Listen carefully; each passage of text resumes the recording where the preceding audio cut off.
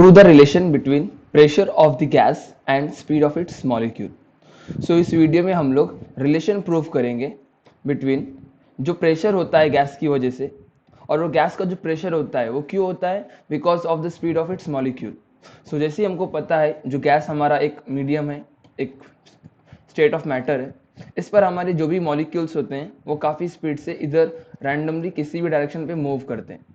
सो जो इनकी स्पीड होती है मूवमेंट की, that speed contributes toward making pressure. So ये किस तरह से किया जाता है, ये कैसे होता है, इसको समझने के लिए हम इस डायग्राम में देख सकते हैं कि इस चैम्बर के अंदर नंबर ऑफ पार्टिकल्स यानी मॉलिक्यूल्स ऑफ गैसेज हैं. अब ये गैस के मॉलिक्यूल्स काफ़ी रफ्तार से रैंडम डायरेक्शन पे मूव करते हैं, इस डायरेक्शन पे या किसी और भी डायरेक्शन पे. एट अ टाइम जब ये मूव करते हैं और जा करके वॉल से कोलाइड होते हैं, जैसे कि मैं रेड वाले पार्टिकल या मॉलिक्यूल को मान रहा हूँ कि ये जा करके इस वॉल से कोलाइड होते हैं. अब ये जो मूवमेंट, ये कोलिजन की मूवमेंट होती है, इससे ही बनता है हमारे सरफेस पे प्रेशर. अब ये जितना कोलिजन ज़्यादा स्ट्रांग रहेगा उतना ज़्यादा क्या होगा यहाँ पर प्रेशर. सो कोलिजन पे रिस्पॉन्सिबल होता है मोमेंटम, और ये जो मोमेंटम होता है, मोमेंटम डिपेंड करता है, आपको पता होगा momentum is nothing but mass into velocity. So momentum depend करता है इस मॉलिक्यूल के मास पर और इस मॉलिक्यूल की वेलोसिटी पर. सो मास इनटू वेलोसिटी से इसकी मोमेंटम, और मोमेंटम जब कोलिजन होता है तो मोमेंटम ट्रांसफर होता है, and that momentum with respect to time contribute करता है फोर्स को, फोर्स पर यूनिट एरिया बनाता है प्रेशर को. सो इस तरीके से हम इस थ्योरी को समझ सकते हैं. सवाल ये उठता है कि अब हम लोग इसके डेरिवेशन को किस तरह से अप्रोच लेंगे. इसके लिए मैं क्या करूंगा, मैं कंसिडर करूंगा n number of moles in the given chamber, जो हम देख सकते हैं आप इस डायग्राम पे. मैं यहाँ पे लेट करता हूँ, let there be n number of n number of particles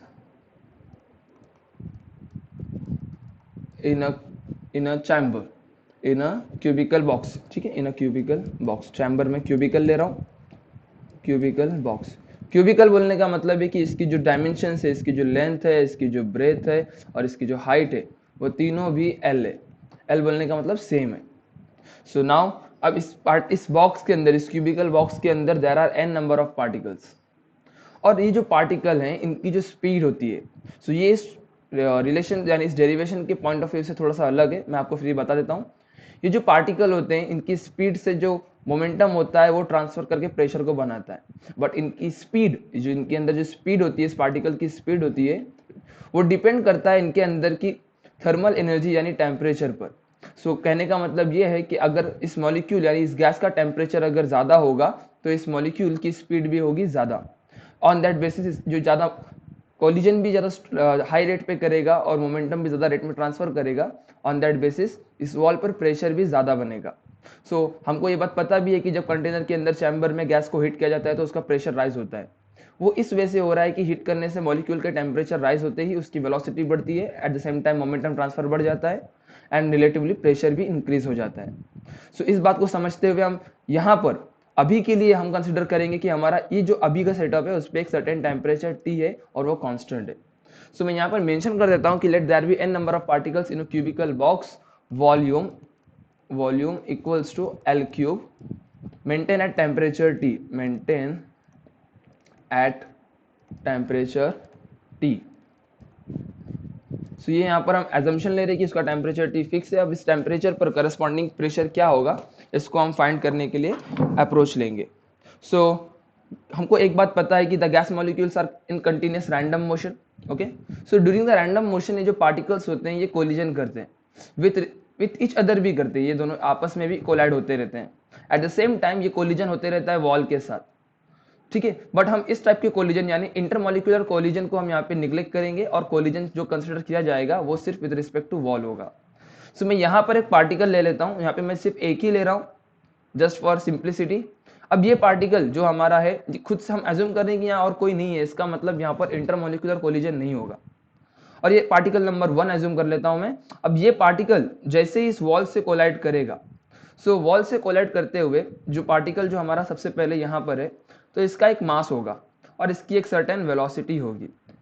ठीक है, अब ये वेलोसिटी जो होती है ये 3 अलग अलग डायरेक्शन पे हो सकती हैं. वेलोसिटी वी एक्स डायरेक्शन पे होती है, वी वाई पे होती है, वी जेड. ये तीन वेलोसिटी क्यों आ रही है? क्योंकि जो पार्टिकल मूव हो रहा है वो 3D डायमेंशन पे मूव हो रहा है, वो क्रॉस तरीके से मूव कर रहा होगा, इस वजह से ये x की तरफ भी कुछ स्पीड से बढ़ता है, y की तरफ भी कुछ स्पीड से बढ़ता है, z की तरफ से भी कुछ स्पीड से बढ़ता है। एक बात आपको ध्यान रखनी होगी, जब पार्टिकल इस तरफ, यानी मैं राइट साइड को अज्यूम कर रहा हूं, तो कोलिजन होने के बाद क्या होगा, नोटिस कर सकते हैं हम लोग, ये इस तरफ जाएगा, यहां पर इस पॉइंट पर कोलिजन होगा, या ऐसा अज्यूम कर लेते हैं हम लोग, इस सरफेस में यहां पर कोलिजन होगा। ठीक है, अगर हम सेंटर का पॉइंट ऑफ व्यू लेते हैं तो अब यहां से जब ये पार्टिकल इस तरफ मूव करेगा, ओके, देख सकते हैं हम लोग, जब यहाँ पे इस तरफ मूव करेगा तो मैं इस डायरेक्शन की वेलोसिटी को मान के रखूंगा mvx, but at the same time notice कर सकते हैं ये mvx और ये पहला पार्टिकल है, तो मैं इसकी वेलोसिटी को भी मान लूंगा mvx1। ओके, यहाँ पर हम मोमेंटम की पहले बात करते हैं, हम 1 को पहले रख देते हैं, 1 को बाद में कॉपी करेंगे। ओके, mvx यानी x डायरेक्शन पर जब ये कोलिजन होगा तो वेलोसिटी जो इस तरफ की वॉल पे जब जाके ये कोलाइड करेगा, तो इसकी पहले वेलोसिटी थी vx, और आफ्टर कोलिजन जो इलास्टिक कोलिजन होता है उस पे कोलाइड होने के बाद ये पार्टिकल रिटर्न यानी अपोजिट डायरेक्शन पे चला जाता है। अब जैसे ये अपोजिट डायरेक्शन पे जाएगा तो ये इस डायरेक्शन पे जा रहा होगा। So with respect to vector अगर हम देखें तो पहले इसकी डायरेक्शन राइट साइड थी और बाद में इसकी डायरेक्शन लेफ्ट साइड हो जाएगी, यानी इसकी डायरेक्शन अपोजिट हो जाएगी।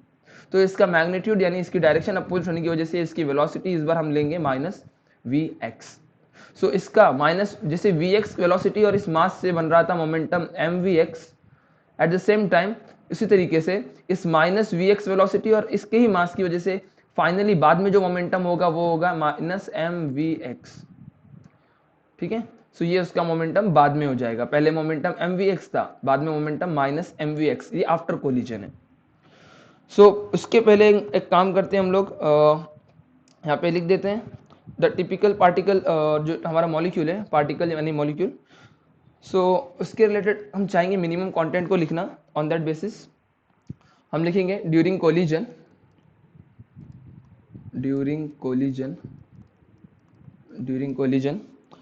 the momentum of the particle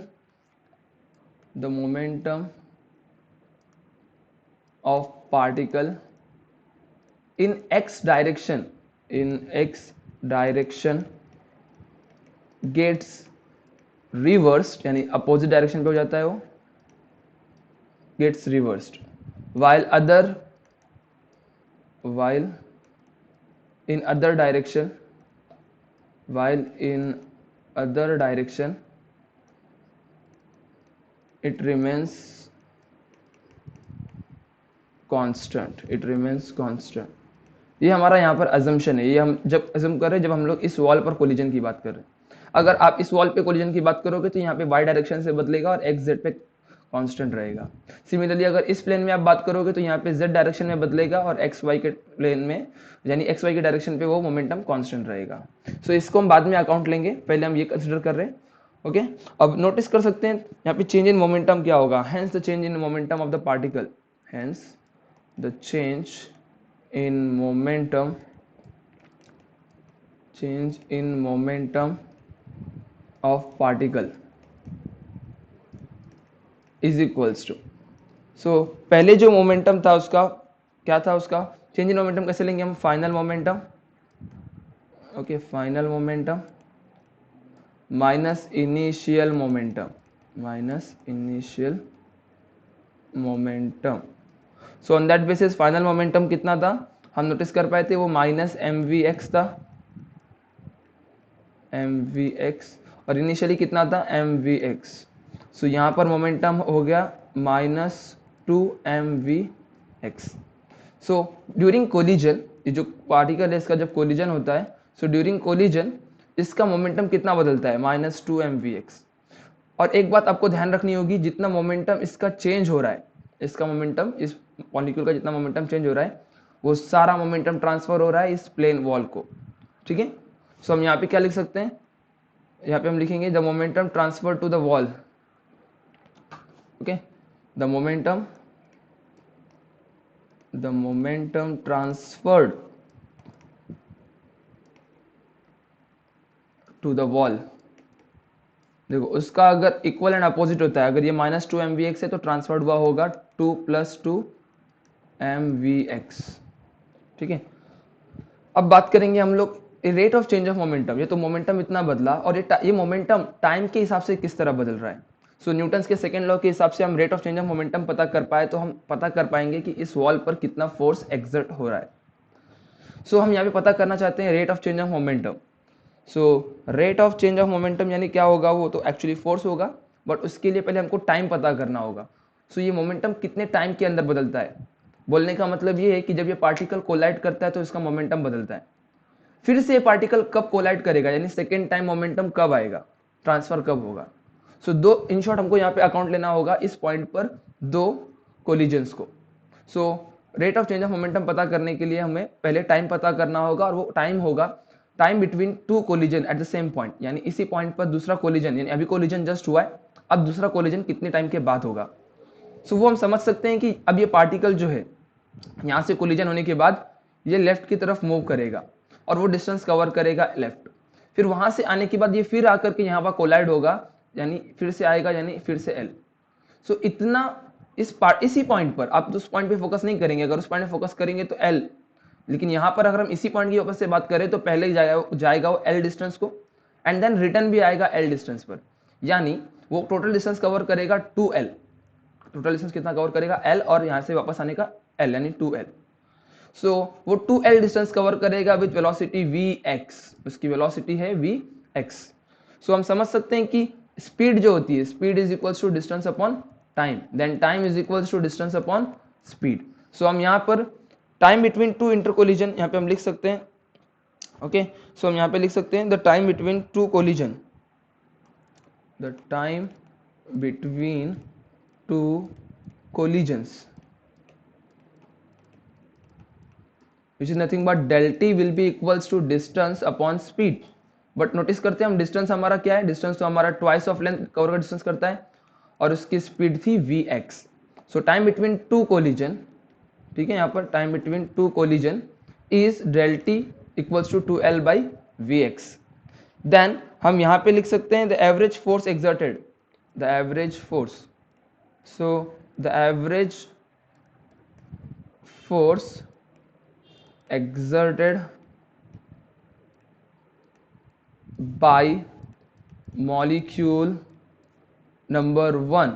देखो ये एक पहला मॉलिक्यूल हम मान के ले रहे हैं, ये हमारा जो मॉलिक्यूल है पहला मॉलिक्यूल है, by molecule number 1 will be so यहाँ पे हम लोग देख सकते हैं वो जो फोर्स होगा, that force will be equals to twice of, देखो फोर्स क्या होगा, rate of change of momentum. So पहले वाले पार्टिकल का मोमेंटम कितना बदला होगा, 2mvx हमने डिराइव किया था जनरल फॉर्मूला। तो अगर ये पहले पार्टिकल की बात करोगे तो 2mvx1, okay, divide by 2mvx1 divide by उसका टाइम डेल टी। नोटिस कर सकते हैं आप, average force exerted by molecule number 1। So force क्या था, change in momentum with respect to time. Change in momentum कितना हुआ, 2mvx1 का मोमेंटम चेंज हुआ फॉर फर्स्ट पार्टिकल। यहाँ पे 1 इंडिकेट करने का मतलब ये पार्टिकल नंबर 1 की वेलोसिटी और उसका चेंज इन मोमेंटम इतना हुआ, ठीक है, इतना मोमेंटम वॉल को ट्रांसफर हुआ। और वो टाइम कितना था, इतना मोमेंटम ट्रांसफर करने के लिए कितना टाइम लेता है, वो डेल टी का टाइम लेता है, यहाँ पर देख सकते हैं हम लोग। सो ये भी क्या बन जाएगा 2l अपॉन vx1। ये अगर मैं पहले पार्टिकल की बात करूंगा तो फॉर्मूला भी क्या हो जाएगा vx1। Then force will be equals to, vx1 को ऊपर ट्रांसफर कर देते हैं, ये 2 कैंसिल भी हो जाएगा, तो हम लिख सकते हैं m upon l vx1 into vx1, यानी होल ब्रैकेट स्क्वायर हो जाएगा। होल ब्रैकेट स्क्वायर लिखने की जगह हम लोग v स्क्वायर x1 लिख देते हैं, ठीक है। तो यहाँ हमें फोर्स मिल चुका है। नेक्स्ट हम फोकस करेंगे जाकर के, ये फोर्स किसका है, फर्स्ट पार्टिकल का, ऐसा भी लिख सकते हैं हम लोग, ठीक है। So overall force of all n number of particles, ठीक है। यहाँ पे अगर हम लोग force of n number of particles की बात करें, force exerted by n number of particles on side wall अगर हम बात करें तो क्या होगा, तो टोटल फोर्स क्या हो जाएगा, F1 plus F2 plus F3, ऐसे डॉट डॉट करते करते जितने भी नंबर ऑफ पार्टिकल्स हैं, Fn नंबर ऑफ पार्टिकल्स, इन सब का फोर्स एक्सर्ट हो रहा है उस साइड वॉल के ऊपर। सो अगर हम फोर्स 1 की बात करें तो वो क्या होगा, mvx1 bracket square bye l, बराबर है mvx1 bracket square by L. Similarly F2 की बात करेंगे तो वो क्या होगा, M V X two square upon L dot dot dot M V X N square divide by L. अब यहाँ पे हम नोटिस कर सकते हैं, एक अच्छा सा टर्म कॉमन निकाल सकते हैं, that is nothing but M by L V X one square plus V X two square dot dot dot V X N bracket square. So मैंने यहाँ पे ये कॉमन निकाला है। अब नोटिस करते हैं हम, ये जो V X one square plus V X two square, इन सब का अगर सम करने जाए, ठीक है, एवरेज निकालने जाए, इन सब पूरे फोर्सेस का एवरेज निकालने जाए तो वो कैसे निकालेंगे हम लोग, वी एक्स, इसको मैं वी एक्स बोल रहा हूँ, नोटिस करो पहले वी एक्स जनरली लिया था मैंने, अब ये जो वी एक्स है ये सारे के सारे डायरेक्शन को ऐड सम अप करके लूंगा मैं। सो ये एवरेज है, वी एक्स हमारा एवरेज वेलोसिटी है, which will be equals to V X one square plus V X two square plus dot dot V N square whole divided by N number of particles. ठीक है, तो ये we x यानी इन सबका average कितना हो सकता है, ये ऐसा होता है कि सबको ऐड करो डिवाइड बाय काउंट करो, ये काउंट क्या है, एन नंबर ऑफ पार्टिकल्स है तो वो एन से डिवाइड हो रहा है, चाहो तो यहाँ पर कैपिटल एन का भी इस्तेमाल कर सकते हो। So on that basis V X one square plus V X two square plus V X N square क्या हो जाएगा, ये तो V X into N equals to V X one square plus V X two bracket square dot dot V X N square हो जाएगा। सो हमें notice कर सकते हैं हमें ये रिप्लेसमेंट मिल चुकी है, V X one square plus V X two square plus V X N square, वो यहाँ की रिप्लेसमेंट है इस पॉइंट की। सो हम यहाँ पर एम बाई एल में इतने सारे वेलोसिटी लिखने की जगह इन सब का जो समअप होगा, इन सब का समअप किसके बराबर होगा, सॉरी यहाँ पे थोड़ा सा मिस्टेक हो गया, यहाँ पे वी एक्स स्क्वायर आएगा, क्योंकि देखो यहाँ पे स्क्वायरिंग का हम एवरेज ले रहे हैं ना, तो ये टर्म भी हमारी स्क्वायर में ही आएगी। सो नोटिस कर सकते हैं हम लोग यहाँ पर इस सबका क्या हो जाएगा, यानी इन सबको मैं रिप्लेस कर सकता हूँ N times of V X square, ठीक है, N times of V X square.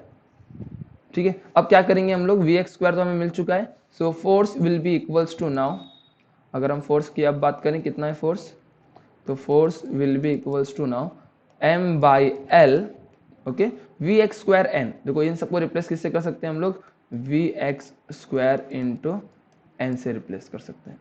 सो हमें यहाँ पे मिल चुका है M by L V X square into N. So ये एवरेज फोर्स हमें यहाँ पर इस तरीके से मिल चुका है। नेक्स्ट अगर हम बात करें इस फोर्स, टोटल फोर्स से हमारे एक्सर्ट होने वाले प्रेशर की, सो द एवरेज प्रेशर हम लिख सकते हैं यहाँ पे, मैं यहाँ पे एफ एवरेज लिख देता हूँ, okay, AVG average. So average pressure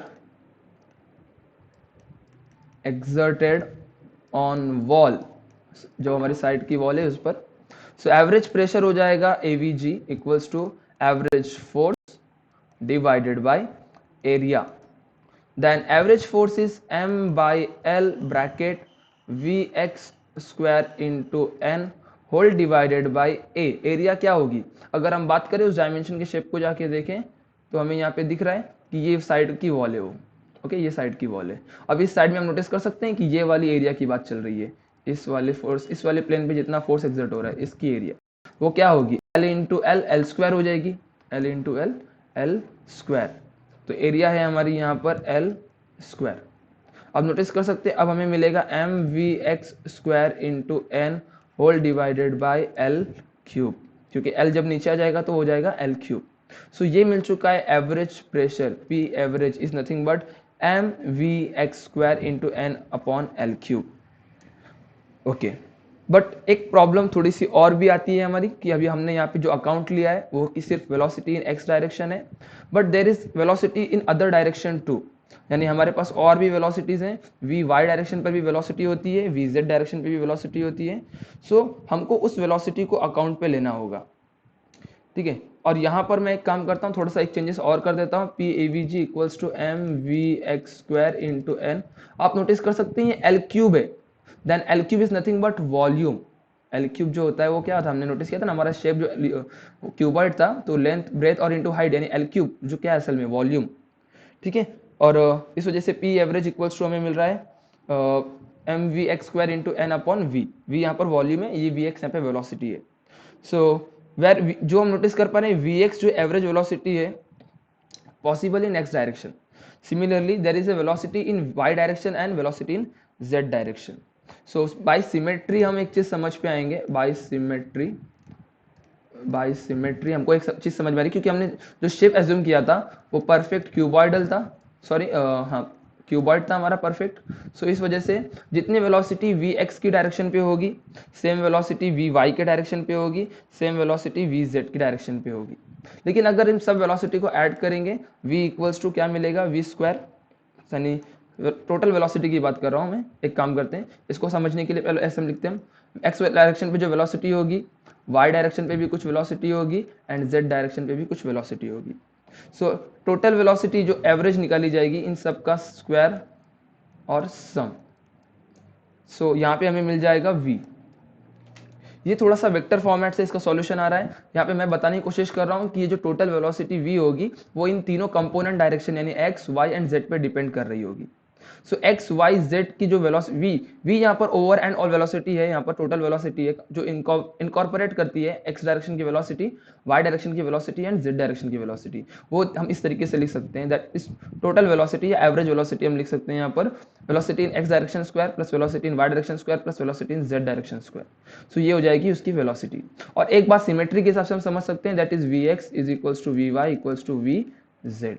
so V X, V Y और वी जेड इक्वल होंगे, रीजन होगा उनकी वेलोसिटी इक्वल होने का कि हम यहाँ पे सिमेट्री देख रहे हैं, शेप जो हमारा होगा वो सिमेट्रिकल सारी साइड से सेम है करके हम यहाँ पे ऐसा अज्यूम कर रहे हैं। सो ये हमारा एजम्पशन भी ऐसा आप मान सकते हैं या सिमेट्री से हम बोल सकते हैं।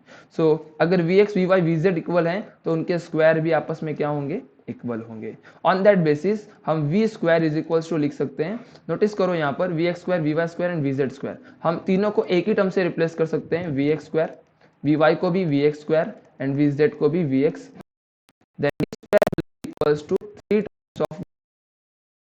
सो अगर हम वी एक्स की बात करें तो वी एक्स का जो कंपोनेंट होगा, वी एक्स स्क्वायर का जो कंपोनेंट होगा, ये टोटल वेलोसिटी का 1/3 होगा, टोटल वेलोसिटी का 1/3 होगा। जो वी एक्स वेलोसिटी होगी ये टोटल वेलोसिटी के स्क्वायर का 1/3 पार्ट है। सो एवरेज वेलोसिटी में हम नोटिस कर पा रहे हैं, that is P average is nothing but equals to, मैं एक काम करता हूं, मैं एन अपॉन वी पहले लिख देता हूं, मैं एन अपॉन वी, देखो मैंने पहले एन अपॉन वी लिखा है मैंने। अब इसके बाद कंटिन्यूएशन पे मैं लिखूंगा एम वी एक्स स्क्वायर, ठीक है। अब नोटिस कर सकते हैं जो वी एक्स स्क्वायर है वो किसके बराबर है, वो टोटल वेलोसिटी यानी वी वेलोसिटी जो पार्टिकल की होगी उसके 1/3 के बराबर है। सो ऑन दैट बेसिस मैं यहां पर एक रिप्लेसमेंट लूंगा, that is V X square की जगह पे हम लिख सकते हैं 1/3 वी स्क्वायर। सो यहाँ पर हम लोग अपने फॉर्मूले को डिराइव करने की कंप्लीट स्टेप पर पहुंच चुके हैं। सो अब बस इसी फॉर्मेट को हमें थोड़ा सा अरेंज करके लिखना है, दैट इज पी एवरेज, मैं नंबर को पहले लिख देता हूँ 1/3 N upon M V square. So इस तरीके से हमने यहाँ पे एवरेज प्रेशर को पता कर लिया है, जो प्रेशर एक्ट हो रहा होगा उसके वॉल पर। आप इसे चाहे तो उस एवरेज प्रेशर की जगह सिर्फ प्रेशर भी कह सकते हैं, that pressure exerted on the wall will be equals to 1/3 of N by V into M V square, जिसमें एन हमारा नंबर ऑफ पार्टिकल होगा, वी उस पर वॉल्यूम होगा, एम हमारा जो मास ऑफ पार्टिकल होगा and V will be equals to the velocity. So इस तरीके से हम यहाँ पे डेरिवेशन को कंप्लीट कर रहे हैं और इसका यूनिट, प्रेशर का जो यूनिट है हमारा, जो लोकली हमारा न्यूटन पर मीटर स्क्वायर या पास्कल्स में आप इसको मेजर कर सकते हैं।